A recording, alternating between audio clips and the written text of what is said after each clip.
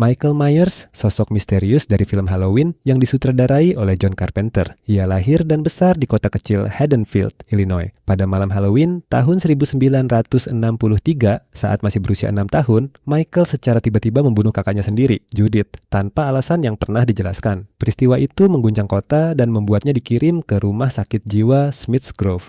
Selama bertahun-tahun, ia berada di bawah pengawasan Dr. Samuel Loomis. Sang dokter mencoba memahami pikirannya. Namun Michael tidak pernah berbicara atau menunjukkan emosi. Loomis akhirnya percaya bahwa ia bukan sekadar manusia biasa yang terganggu, melainkan representasi kejahatan murni. Pada tahun 1978, setelah 15 tahun dikurung, Michael melarikan diri dan kembali ke Haddonfield. Dengan mengenakan topeng putih tanpa ekspresi dan pakaian kerja abu-abu, ia mulai menguntit seorang remaja bernama Laurie Strode. Dalam satu malam Halloween, ia membunuh beberapa orang di sekitarnya dan meneror Laurie tanpa henti. Meski ditembak dan terjatuh dari ketinggian, Michael selalu tampak bangkit kembali. Ketahanannya yang tidak wajar dan sikapnya yang diam membuatnya menjadi monster slasher yang sangat menyeramkan.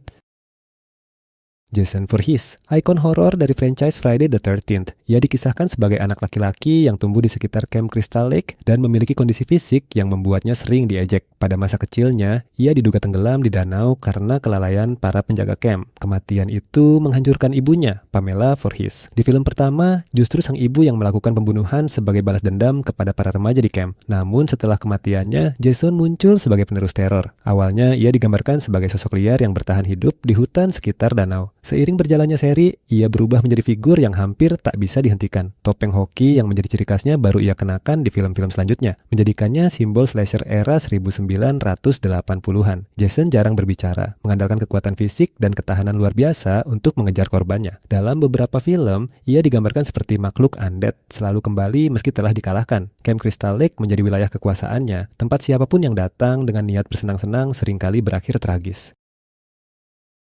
Freddy Krueger, sosok antagonis utama dalam film A Nightmare on Elm Street karya Wes Craven. Berbeda dari slasher lain yang menyerang secara fisik di dunia nyata, Freddy memburu korbannya melalui mimpi. Ia digambarkan mengenakan sweater merah hijau bergaris dan sarung tangan dengan bilah logam di ujung jarinya, serta memiliki wajah yang terbakar. Dalam kisahnya, Freddy adalah seorang pembunuh anak-anak yang pernah tinggal di Elm Street. Ia ditangkap, tetapi lolos dari hukuman karena kesalahan teknis hukum. Orang tua para korban yang marah kemudian mengambil tindakan sendiri dan membakarnya hidup-hidup. Namun kematiannya bukanlah akhir. Melalui kekuatan misterius yang terhubung dengan dunia mimpi, Freddy kembali sebagai entitas yang mampu memasuki tidur orang lain. Di alam mimpi, ia memiliki kendali hampir penuh atas realitas. Ia dapat mengubah lingkungan, memanipulasi rasa takut, dan menyerang saat korbannya paling rentan. Jika seseorang mati dalam mimpi, dampaknya terjadi di dunia nyata. Karena itu, para remaja di Elm Street berusaha tetap terjaga meski tubuh mereka akhirnya tak mampu melawan rasa kantuk. Freddy sering mempermainkan korbannya secara psikologis sebelum menyerang.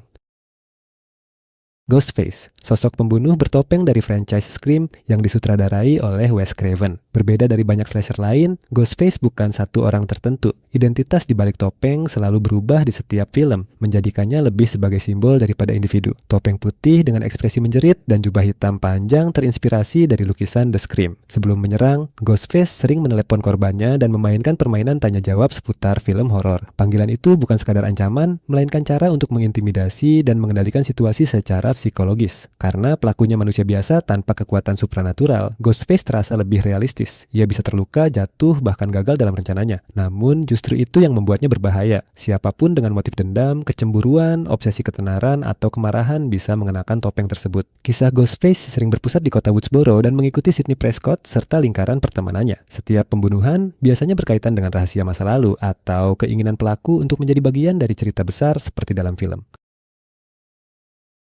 Chucky, boneka pembunuh dari franchise Child's Play. Di balik wajah boneka good guy yang tampak polos, tersembunyi jiwa seorang pembunuh berantai bernama Charles Lee Ray. Saat terluka parah setelah baku tembak dengan polisi, ia menggunakan ritual voodoo untuk memindahkan jiwanya ke dalam tubuh boneka tersebut. Sejak itu, Chucky hidup dalam wujud kecil namun mematikan. Berbeda dari banyak slasher lain yang pendiam, Chucky sangat cerewet, sarkastik, dan penuh ejekan. Ia menikmati menakuti korbannya, terutama ketika orang dewasa tidak percaya bahwa sebuah boneka bisa menjadi ancaman. Target awalnya Ceritanya adalah seorang anak laki-laki bernama Andy Barclay karena Chucky berusaha memindahkan jiwanya kembali ke tubuh manusia agar tidak terjebak selamanya dalam plastik dan kain. Seiring perkembangan seri, Chucky semakin menerima identitasnya sebagai boneka pembunuh. Ia menemukan cara untuk menggandakan jiwanya dan menciptakan versi lain dari dirinya. Hubungannya dengan Tiffany, pasangannya yang juga terperangkap dalam tubuh boneka, menambah sisi gelap sekaligus satir pada ceritanya. Chucky memadukan horor dan humor hitam. Ukurannya yang kecil membuat orang meremehkannya, tetapi kecerdasannya, kelicikan, dan tekadnya menjadikannya ancaman nyata.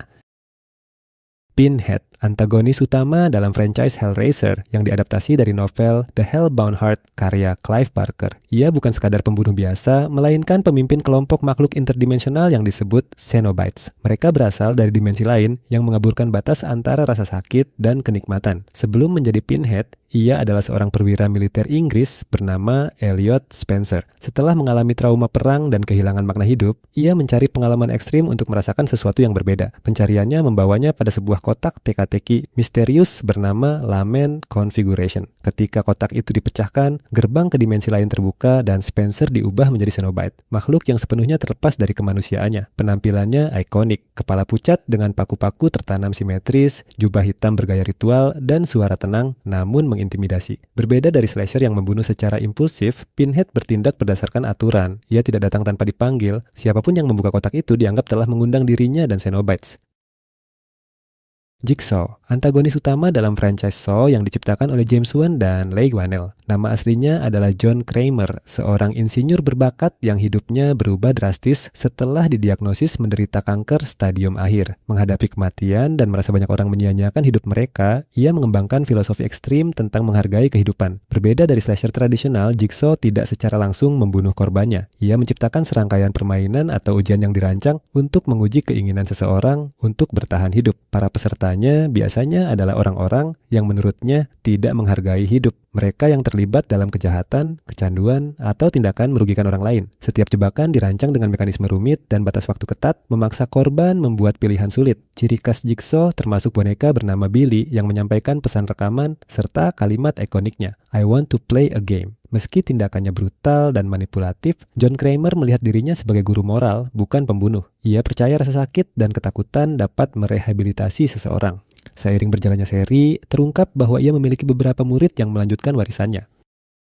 Art the Clown, antagonis utama dalam film Terrifier yang disutradarai oleh Damien Leone. Ia tampil sebagai badut dengan riasan hitam putih, senyum lebar, dan ekspresi yang selalu berubah antara lucu dan mengganggu. Tidak seperti banyak slasher lain, Art hampir tidak pernah berbicara. Ia sepenuhnya bisu, mengandalkan gerakan tubuh dan mimik wajah yang berlebihan untuk mengekspresikan dirinya. Asal-usul Art pada awalnya tampak seperti manusia biasa, seorang pembunuh yang menikmati meneror korbannya. Namun seiring perkembangan film, muncul petunjuk bahwa ia mungkin memiliki unsur supranatural. Ia mampu muncul kembali setelah mengalami kejadian yang seharusnya mematikan, menambah aura misterius di sekelilingnya. Art tidak memiliki motif balas dendam atau trauma masa lalu yang jelas. Ia membunuh seolah-olah itu adalah hiburan pribadi. Ia sering mempermainkan korbannya terlebih dahulu, menciptakan suasana tegang sebelum menyerang. Humor gelap menjadi bagian dari karakternya. Ia bisa berpose, menari kecil, atau bertepuk tangan dengan riang setelah menciptakan kekacauan.